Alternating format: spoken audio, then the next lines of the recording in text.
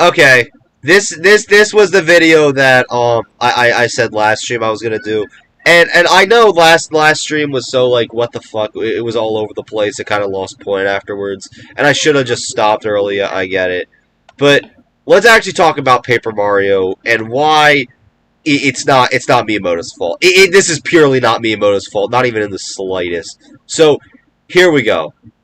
This is a video by Super Mario T debunking the Miyamoto anti-narrative thing. This is something that we got to talk about because it's not Miyamoto's fault. It's Tanabe's. And listen. I know I said like don't attack, but like it's all Tanabe and somebody else. It's not Miyamoto doing this. Like Didn't Arlo didn't Arlo mention that it was Tanabe? Or I don't know. Let's just watch this. Imagine you've done extensive research on something specific several times. Like some specific topic you've done research on and explained multiple times over the years. Articles, interviews, etc. Alright. You know the truth and have expressed that truth in some way before again and again. But the majority people out there wrap their heads around a misconceived notion regarding that topic. Tons of people spread that same misinformation. In spite of that, you yourself are receiving the same comments Can you from hear those it? people who have not done. yeah, but I can hear it from your mic as well. The guy who Okay. genuinely Yeah, knows that's more fine. about said topic compared to the other individual, that you don't know what you're talking about, basically.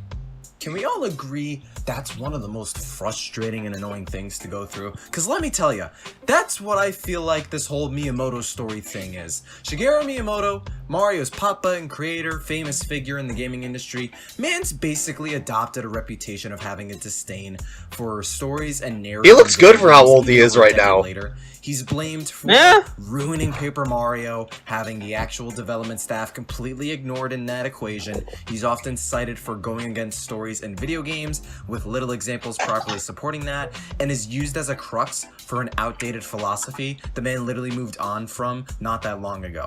If any of you watching have seen any of my Paper Mario videos, you're going to recognize the format of this one, as well as the topic itself. This entire topic is something I've talked about, researched, and discussed in great detail at least 3 times now over the years, mainly in regards to Paper Mario. Might even be more with the Mario movie, but at least 3 times with genuine research, but whenever a new Paper Mario is talked about, this is still brought up and wholly believed in. Recently again, the Mario movie and how Miyamoto's co-producer, a large number of people have such low faith in the movie, specifically because they believe the idea that Miyamoto is hard against stories and narrative in games and projects he's behind. If any of you are familiar with those Paper Mario videos that mention this specific topic, a lot of what I said in those and recent videos is basically going to be reinstated here. Because for those of you who aren't familiar with those videos or any of my content in my channel, I'm making this video retreading old ground for like the 4th time to get the message across that not just Miyamoto ruining Paper Mario, but specifically Miyamoto hating stories has consistently been false. It's misinformation, it's a misconceived notion, it's not true. So many people still think it's true. Massive creators and figures believe the idea and spread it to hundreds of thousands of other people as well. I still get comments telling me I'm the one who's wrong and didn't research, despite 3 different videos I made involve several cited sources on this specific topic. Like, obviously you could tell I'm very annoyed going through this topic again on the channel. Look at that, Mario and Luigi. But I'm also making this video to try and put that whole debate to bed, because by God is it not true, and by God am I tired of seeing it. If you see people still making the claim or fully believing Miyamoto either ruined Paper Mario, hates stories in Mario, or hates stories in video games, anything along those lines, you could just link them this video. It's one thing when you spread misinformation, right? You want to correct that and tell people what actually happened, get to the truth of the matter. Why did Alpha Dream have to die? But also when you're implied that you're not the one Because they failed to pay a 14 million yen, 14,000 yen debt, or 14 million. I don't know what it was. Oh, jeez. Yeah, they failed to pay a debt or something. So yeah, I basically should have just linked this video in the thing, but I'm like, yeah, you know what? I might as well just discuss it because he explains it so well. Like he really does. And I watched this. This is my 2nd time watching this video, but my friend Golden Yoshi Star 1 has said basically the same thing about like some. When he talks about it, I'll tell you what my friend said. So we'll just get to it.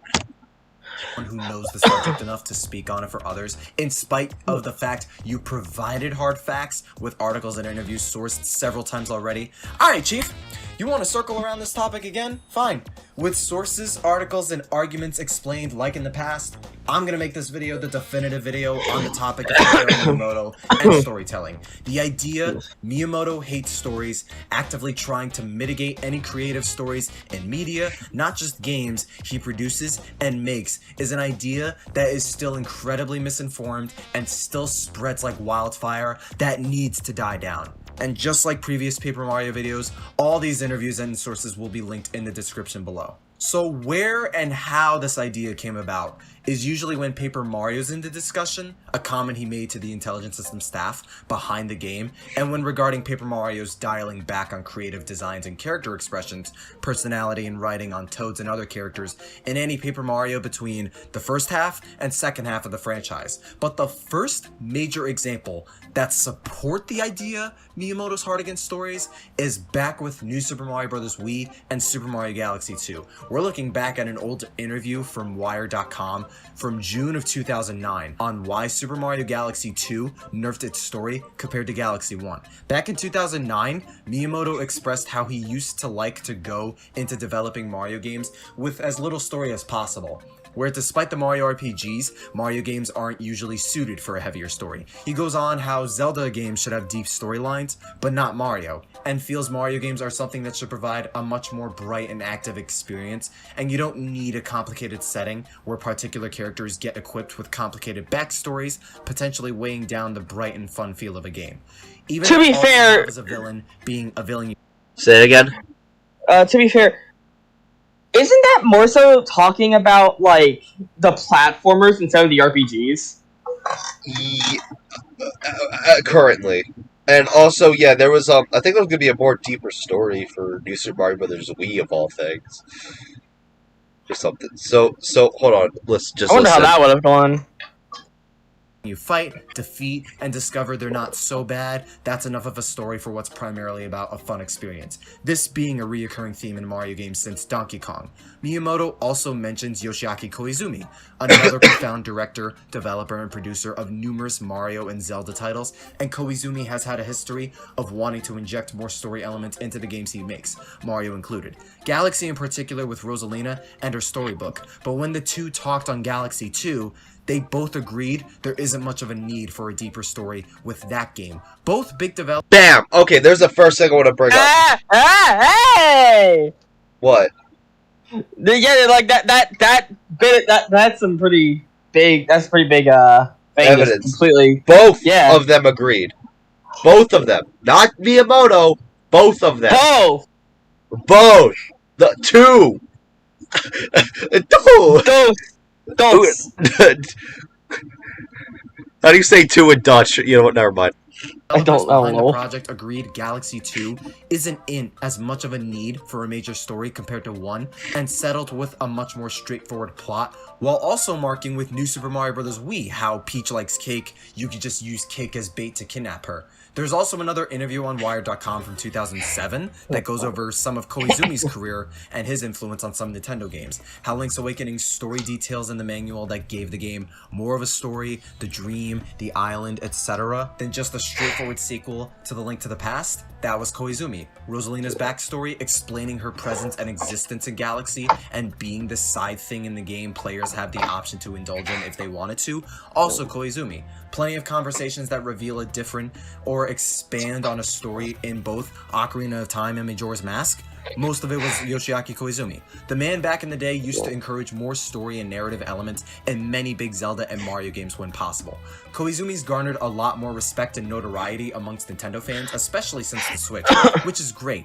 But this idealism around the late 2000s to early 2010s is where the idea started. I think I'm going to make a video soon talking about the importance and value of storytelling and narrative in video games. I think it'd make for a good discussion, and some of it is stuff I've talked about before, but there is a stroke of truth to Miyamoto's beliefs here. Super Mario Galaxy 2, Super Mario 3D Land, 3D World, there are many Mario games millions of people enjoy and find plenty of entertainment and fun in because of their polished and fun gameplay. Most 2D Marios and 3D Marios that skew either more towards or away from a basic plot line have tons of people still enjoying the games because of the gameplay experiences. Mario is okay, so you don't always need basically Miyamoto more so focuses on improving the gameplay while Koizumi likes to focus on like the story. Yeah. I personally think, in my opinion, that's such a good idea for just like I wouldn't say two people because there's multiple people that worked on it, but like that's kind of a good dynamic. One focuses on gameplay, the other focuses on story. Exactly. Like it's good that they work off of each other like that. But another thing I'm gonna say is I don't think Miyamoto. I think he'll bring it up here, but I don't think Miyamoto like works on like making the games. I could be completely wrong on this, but I don't think he works on the games anymore. He just comes and checks in and see how the development is going right now. I don't let him explain it. Let me see if it'll be a while. Hold on.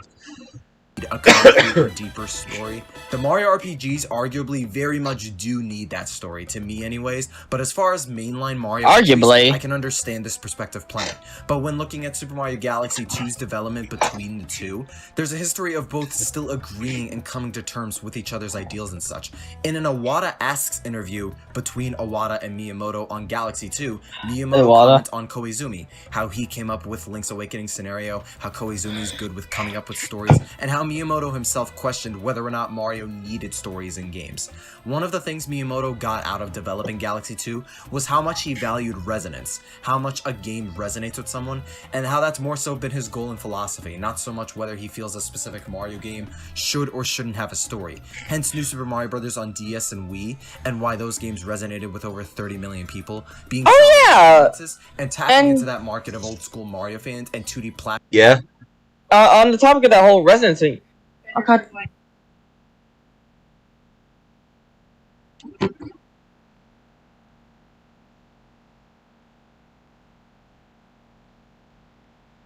Alright, on that topic, sorry about that, by the way. No, just a damn in the room.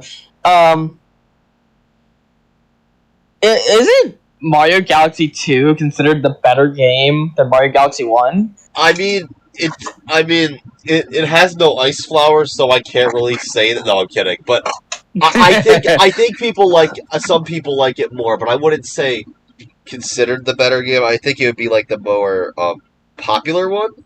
I don't like to say which game is better or worse because we literally just got done talking about Yeah. You could say something it's like your favorite game ever or something. I never say the best game I ever played because that pisses people off. I always say it's my favorite.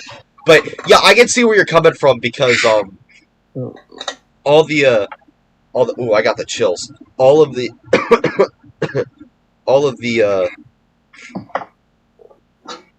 hold on, let's just continue watching. I forgot what I was gonna say.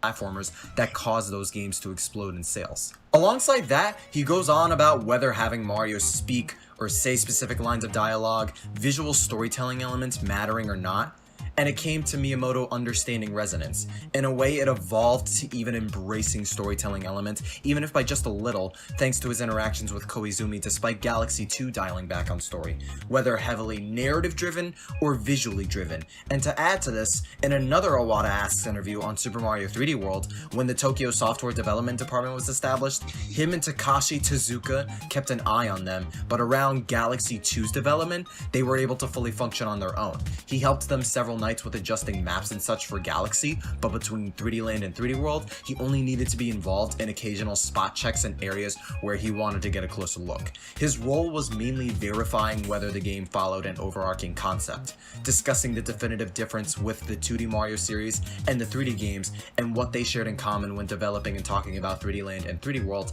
and they settled on pushing ahead the concept of making a 3D home console Mario game that people who like the new Super Mario Bros. Games can also enjoy. At the end of of all of this, Miyamoto and Koizumi agreed on settling on Galaxy 2's premise the way it is. They still respected each other, and Miyamoto got some extra enlightenment on his story philosophy thanks to Koizumi's. On top of that, the team and Miyamoto settled on how they went about and designed and constructed 3D Land and 3D World the way they are by expanding on a concept of building a bridge between 2D Mario fans and the 3D fans with those two games. Miyamoto never deleted a story from Galaxy 2. He consulted with Koizumi on the matter. He wanted to not have as deep of a plot for sure, but both him and Koizumi, the guy who's very pro-narrative in Mario and other games, felt it wasn't necessary for Galaxy 2's case. It wasn't a hardened rule Koizumi had to adhere to, and future Mario titles like 3D Land and 3D World sought towards concepts and philosophies much more rooted in the gameplay that had nothing to do with Miyamoto's story philosophy, which was gradually changing since the Galaxy games anyways. There wasn't any deliberation, sabotage, or what have you regarding Galaxy 2's story being toned down from 1.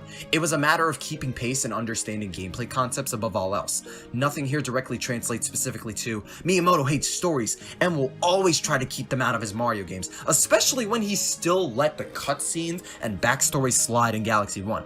Miyamoto literally accepted and approved Rosalina's backstory in Galaxy and kept it in there anyways. The only thing that was kept secret between Koizumi and Miyamoto on Rosalina's storybook was the making of it, and when it finished, Miyamoto literally approved it and kept it in. This was confirmed in a Nintendo Power magazine issue, February of 2008. That's one of the two major sources as to where this entire idea comes from across both Galaxy games, and even that's not all that accurate. It's still a misconceived notion that got misinterpreted and misunderstood. But now, for you Paper Mario fans, we're going back to the history books and dig up Iwata Asks interview on Paper Mario Sticker Star, because the other major branch of where this idea comes from, Miyamoto hating stories, alongside Miyamoto killing Paper Mario, is derived specifically from Sticker Star and the Paper Mario series onwards. On the topic of not wanting stories, in the Sticker Star Iwata Asks interview, it started around where Miyamoto played with a prototype build of the game and marked it as a port of the GC version. And Kensuke Tanabe, a major producer of Sticker Star and future Paper Mario titles, mentioned how they wondered where they went wrong, given Miyamoto said something like an RPG would have been fine, and eventually led to the sticker mechanic. Some development later, spring of 2011, Miyamoto played another build of the game, and Naohiko Aoyama specifically restated how Miyamoto explicitly called that build boring, despite Tanabe believing they made good progress anyways. Miyamoto still referred to the game as boring in spite of the progress it made, and Tanabe literally mentioned he felt the opposite. And at the start of the project, Tanabe quoted Miyamoto's two suggestions for the game, quoting one of them as, "It's fine without a story, so do we really need one?" And the second suggestion for Miyamoto being to complete the game with only characters from the Super Mario world as much as possible. Tanabe also used a Club Nintendo survey to gauge people's thoughts on Super Mario story. That's what my friend did. That's what my friend told me about, was the Club Nintendo survey. I shit you not. I shit you not. Not even like a very small percentage of people that did that were Paper Mario fans. Very small percentage. It's that fucking Club Nintendo. Why are you laughing? Because that just means the freaking Paper Mario fans. They're the ones that did this. At least a bit of them, at least a little bit of them, said that they did not want like original characters. Let's see. I just find it funny. No, I said it wasn't. It probably wasn't. Yeah, let's see. Narrow, small, and flawed survey representing a minute fraction of Paper Mario fans. Yeah, you see? Don't give it a story. Yeah. It was never a hardened rule. It was literally a suggestion. It still followed Miyamoto's main question and ideal of how necessary our stories are in Mario games. Not that he hates and will always nix stories any chance he can get. And especially when we've got Mario games with interesting and fun stories, visually or narratively, with just Mario-specific characters before. Even ignoring Rosalina, Super Mario Galaxy Galaxy had a whole atmosphere to it, with Mario saving the universe from Bowser, going to the center of it to save Peach, the orchestral soundtrack, the scope of the game providing this epic feel, etc. Mario and Luigi partners in time, largely using pre-existing characters outside the Shroobs that still gave fun and interesting interactions and a story. Paper Mario 64 was very similar in that regard. Mario and Luigi Paper Jam had not a single new character and still had plenty of the charm and charisma and interactions and writing Mario and Luigi established up until that point. The Origami Kings almost completely just pre-established characters, and there's one specific part where you eliminate the yellow streamer after that gets very depressing and sad. The game built up, and the whole game still has this bright and colorful air to it. I've been spoiled on that and how all for like the longest time. Interact with each other, and the rabbits, and how much more cartoony both parties are portrayed throughout the adventure. Like, not only were those two comments Miyamoto made just suggestions and advice to the team, but the latter is something that doesn't completely omit the possibility of having an interesting story or setup for a Mario game. Alongside the fact, you look at the rest of the interview, Miyamoto was barely involved in Sticker Star at all directly. The stickers, the omission of... Let's go back. Let's hear that again. Let's hear that again. Sticker Star. Alongside the fact, you look at the rest of the interview, Miyamoto was barely involved in Sticker Star at all directly. Barely. Barely involved. Tanabe. Directly. So it's Tanabe then. Because... Yeah? I mean, listen, like... Just... should have made it an RPG. Should have kept it an RPG. And he said an RPG would be fine. He's like, yeah, keep it as an RPG. It's Tanabe. Then Tanabe, how about we put a stupid mechanic? That'll make it an RPG. No, it would not. Alright, I'll be right back. I need to go to the bathroom. Alright, I'll wait for you. Just gonna... 60.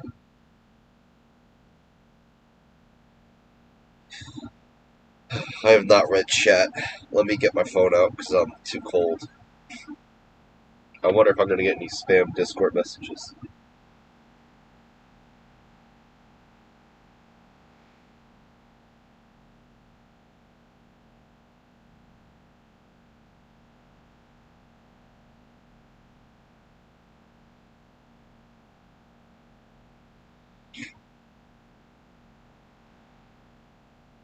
And I've expressed that truth in some way before again and again.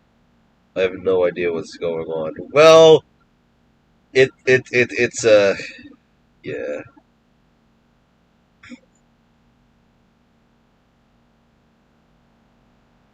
It's where we're basically talking about Paper Mario.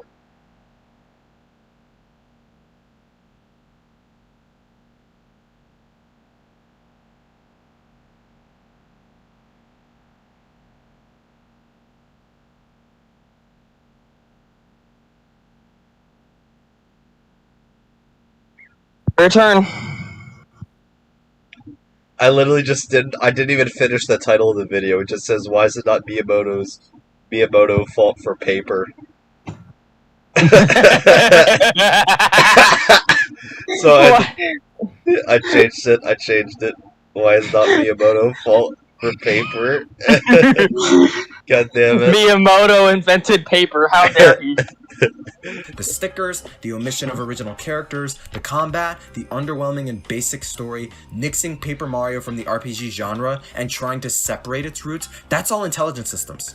All of, if not the vast majority of Paper Mario's flaws and problems stem directly from intelligent systems and the developers behind these games. Kensuke Tanabe often being a spokesperson for these games. Miyamoto, outside 2 suggestions from a 2011 game, has literally 0 involvement or impact on any of the last 3 Paper Mario games. If you want to go by some philosophy that Paper Mario was killed by some developer, it'd make more sense to talk about the actual developers and staff behind the Paper Mario games and not the guy who literally just popped in every now and then just to check development builds and had no hand in any other development aspect of the game.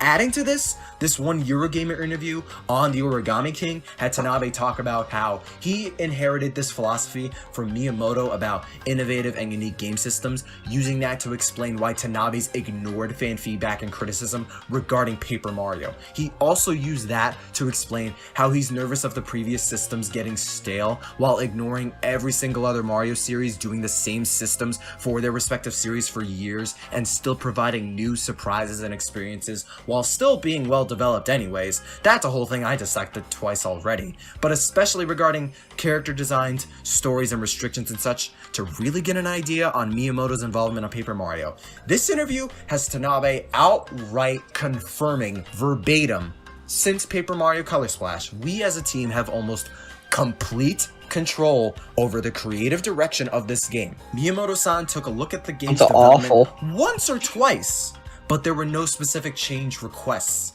However, all character designs have to go through a review by our IP team, and it's really rigorous. Masahiko Nagaya even agreed with Tanabe on the creative control thing, stating how they didn't want to stray too far away from Mario's universe, and there are restrictions they supposedly have to abide by for characters. Worst case scenario, we're talking just Color Splash and Origami King when it comes to how Paper Mario the way it is now. But this still lines up with how much influence the team had over Paper Mario compared to how involved Miyamoto was in Sticker Star, as well with the way they used Miyamoto's suggestion as an excuse and roadmap for their development. This literally confirms, right in front of your eyes, especially since 2012 onward, that Miyamoto had nothing to do with Paper Mario. The lack of story and originality with it, and a large chunk of the faults it has. The creative direction, the style, the theme, the charm, the writing, the gameplay, the combat, the design, the story, that's all intelligent systems. Even with the contention arisen from this interview and supposed IP team providing restrictions with characters and stories specifically with Paper Mario, when Super Mario Odyssey, Luigi's Mansion 3, Mario plus Rabbids Kingdom Battle and Sparks of Hope, Mario Tennis Aces, Mario Golf Super Rush, Mario Kart Tour, etc. can still have all those character modifications, new designs, new characters, original designs, and crazier, epic, and original and creative stories and scenarios. All the Paper Mario stuff's all intelligent systems, dude. That's all. This makes me think. This makes me think. Naohiko Aoyama, Masahiko Nagaya, the writers, directors, Yeah.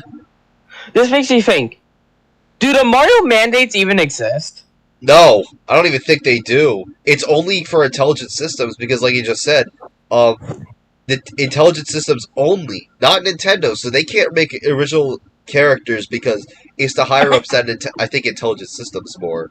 Because they like to go through a thing, and like here's the problem though. Like here's the problem. Like we have fans literally threatening to kill each other. Like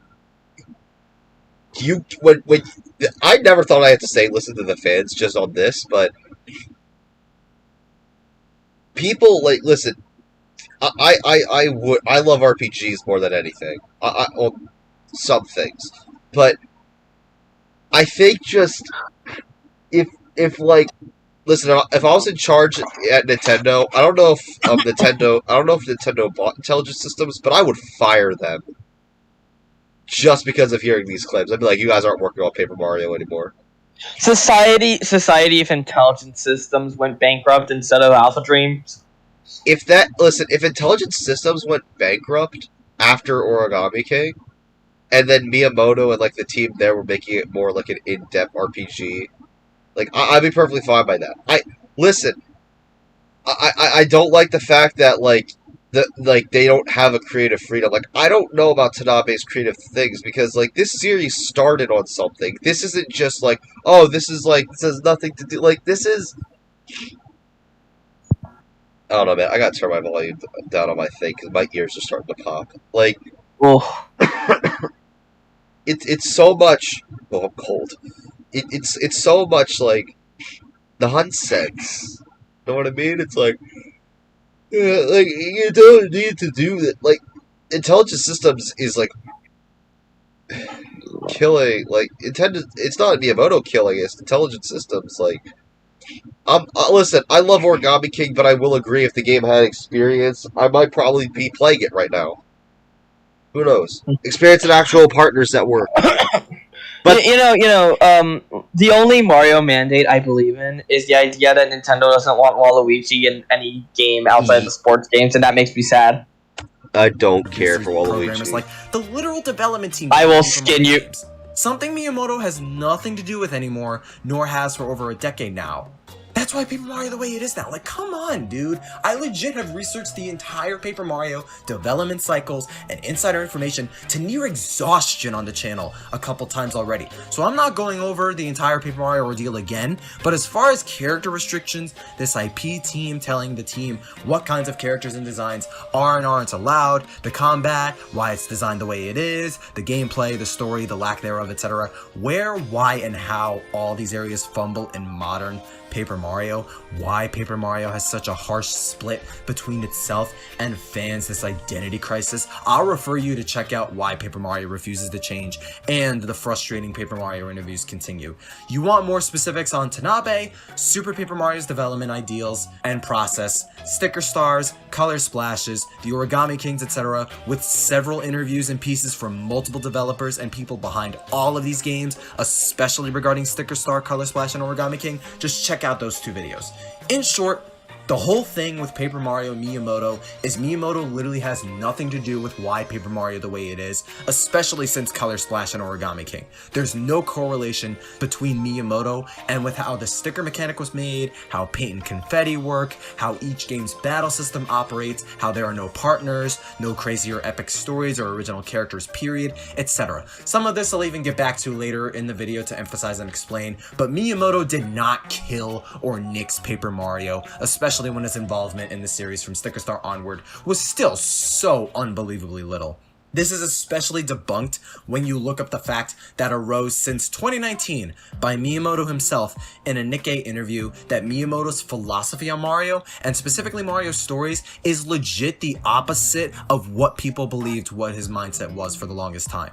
Talking about how Miyamoto wants Mario as the next Mickey Mouse, Miyamoto stated how his creative direction for Mario is always changing. He tried to maintain this consistency with Mario, but has then led to Miyamoto believing it cramped his style over the years. This inspired him to avoid casting Mario too rigidly, allowing more freedom to explore different character scenarios. Quote, "I've become more interested in creating greater opportunities for a larger audience to enjoy the Mario world." Same for this Silicon Era excerpt from a Verge interview from 2017. Koizumi elaborates on Miyamoto's involvement with Super Mario Odyssey, explaining how it's similar to past projects and how they'll approach him and say, "This is the kind of game we want to make. This is what we're hoping to achieve," and Miyamoto will look at that, give us feedback, advice, and ideas. With how much advice they take on, they have this degree of flexibility and autonomy, and as far as Odyssey, he left them to their own devices quite a lot. Like, does any of this imply or scream in any capacity Miyamoto has a hard-on for anti-narratives at all? Nothing here adds up to that narrative whatsoever, and I think you could kind of grasp why I'm annoyed hearing this topic arise over and over again. Even to game development, especially with the Switch, Miyamoto's direct involvement in games has been very minor, as he's taken a back seat and allowed more and more development teams, studios, and developers to their own devices and creative liberties the vast majority of the time. Super Mario Odyssey has more visual, thematic, and even narrative storytelling than the last three 3D Mario games. If Miyamoto were super strict and hard against narratives and stories, he would not have approved Rosalina's backstory in Galaxy 1.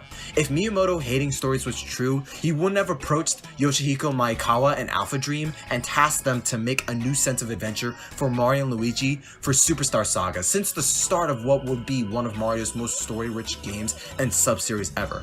If Miyamoto and also Super Paper Mario, there wouldn't be this much information surrounding intelligence systems and Tanabe and the staff, implying it's both far more than that, and when Miyamoto's hardly referenced much in the grand scheme. Heck, Miyamoto's the dude who created Donkey Kong and Mario. Both Donkey Kong and Super Mario Bros. In arcades and on NES. They pioneered narratives in video games. This ape going on a rampage, and you're tasked to save your girlfriend from him.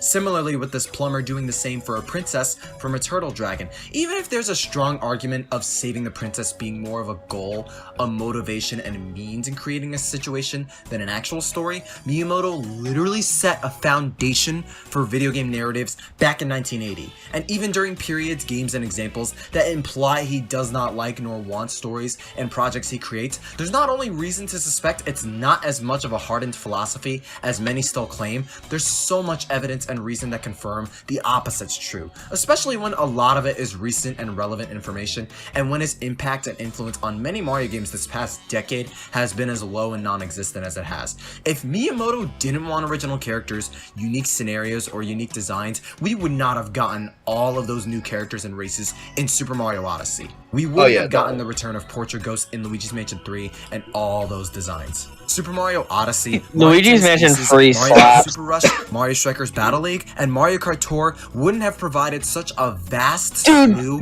of character designs the one and Rosalina modifications outfit if that were before the the case as well. If Miyamoto wanted to create liberal restrictions and creative shackles on Mario and Mario stories, Mario plus Rabbids Kingdom Battle wouldn't have even existed. Miyamoto's the entire reason that crossover got greenlit, and now it's expanding with a sequel in Sparks of Hope, with even more crazy character designs and actual backstories for those characters. If Miyamoto hated stories and narratives, he would not have directed 3D Pikmin shorts and a Star Fox Zero animation. Not only those projects being solid and fun watches, but also animations and shorts being a medium that require a story to be had, to be entertaining and fun.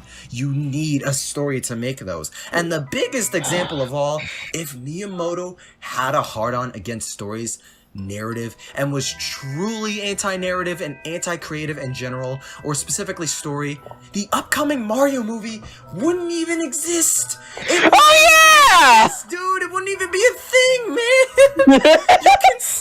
You can set whatever expectations and hopes you have for the Mario movie for whatever reason, but this is also why this topic's even around again and why this video exists. I still hate Chris Pratt being Mario. This heavily involved in the not my Mario cup of movie tea. shows he's trying to make this an entertaining watch. He's trying to make this a good film. A-list Forget the celebrity fact moment. He dabbled in multiple animated projects before, once again with Pikmin and Star Fox directing those. A movie's foundation for entertainment, the vast majority of the time, is literally story.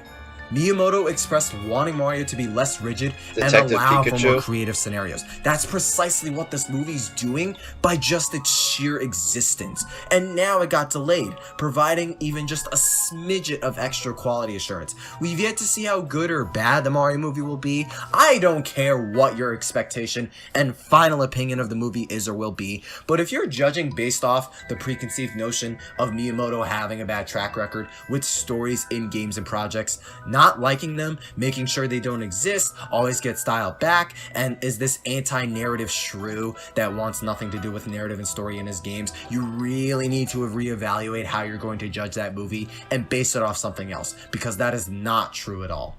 Shigeru Miyamoto had a philosophy of prioritizing a resonated gameplay experience above all else when it came to Mario, but the man never expressed a disdain for stories and narratives in his properties, especially when he's created projects directly centered around narratives. Whether those animated Pikmin and Star Fox shorts or Zelda, he's approved and come to agreements with developers and directors regarding stories in past Mario games. He's often associated with a Mario subseries that's gone through such a narratively and mechanically different shift that a lot of people dislike for a myriad of reasons that I extensively researched already that wasn't even his fault. He's gradually broadened his perspective on narrative and story development in games, significantly more and more with each passing game, has taken a backseat in a lot of modern Nintendo games' development, expressed wanting Mario to allow for more creative scenarios and situations that more people can enjoy, something that is a literal foundation for proper storytelling, and is proving now more than ever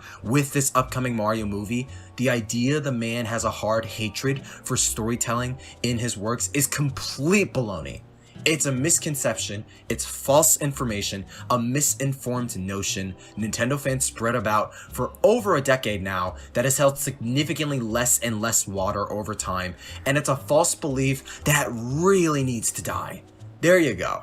Here's your frame of reference to spread to those who still think it's true because it's not. It's always best to cool down misinformation with the truth and hard facts. You guys know I've done that for a long while now with Paper Mario. Please just get the idea out that Miyamoto hating stories is nothing but misinformation.